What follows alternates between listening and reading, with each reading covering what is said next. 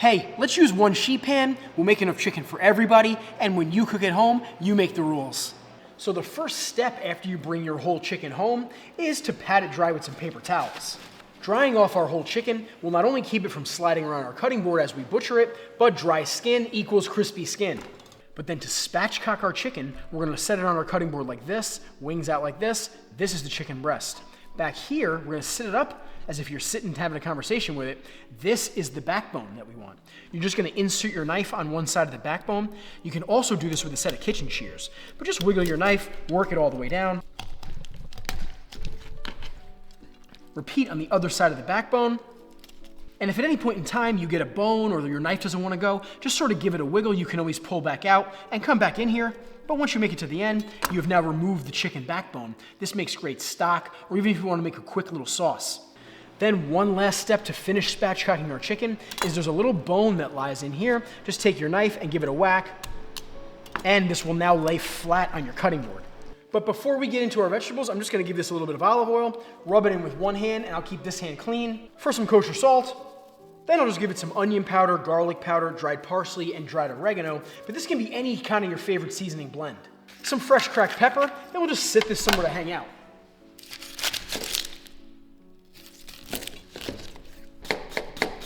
We'll thin slice some onion. Same thing with a Yukon Gold potato. This can be any kind of potato, and the really beautiful thing about this recipe is that you can use all different kinds of vegetables. Butternut squash, different types of potato. We're even gonna use a zucchini. When you're at home working on your knife skills and your claw grip, and it gets to a point where there's not enough to hold on to anymore, you can just rotate this, lay it on the flat cut side. Now, it not only will not wobble all over the place, but it gives you more to hold on to. I'm gonna add some zucchinis to the mix, but then I'll get everything into a bowl.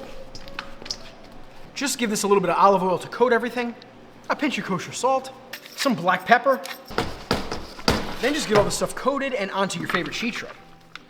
Next, spread this all out into a thin layer and cover it with a wire rack. You don't necessarily need to have a wire rack. You can put your chicken right on top of here, but the wire rack works the best. Spatchcock chicken right on top. This can also be bone-in, skin-on thighs. In my experience, they work better than the boneless, skinless ones, but you can fit like 10 or 12 of them on this tray. You can also use what's called a split breast roast, which would be the bone-in, skin-on, just the chicken breasts attached by that breastbone. Next is going to a 425-degree oven. But while our chicken is in the oven, we'll just siphon on some basil. You pick some leaves and just sort of stack them, roll them all together, just thinly slice and run your knife through, and you get little thin ribbons of basil right into this bowl. We'll thin slice some green onion. But this can be parsley, tarragon, all kinds of other herbs that you like. Into our bowl.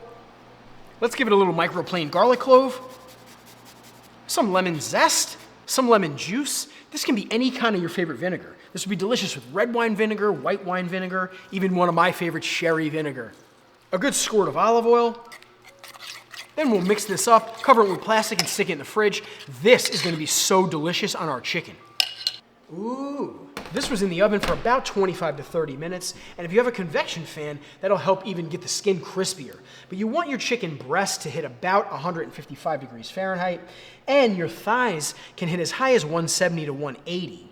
This happens because the same connective tissue and collagen that make chicken thighs so delicious starts to melt down and break down at about 180 degrees Fahrenheit.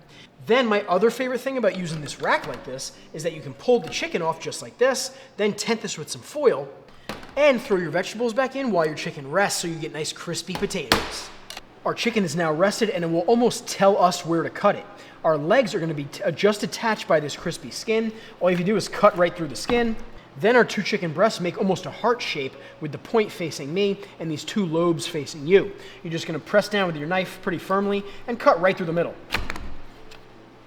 But we've roasted it perfectly, we've rested it perfectly, and look at the juicy, juicy chicken. And I don't know about you, but I am ready to eat. So we're gonna portion ourselves some potatoes and zucchini.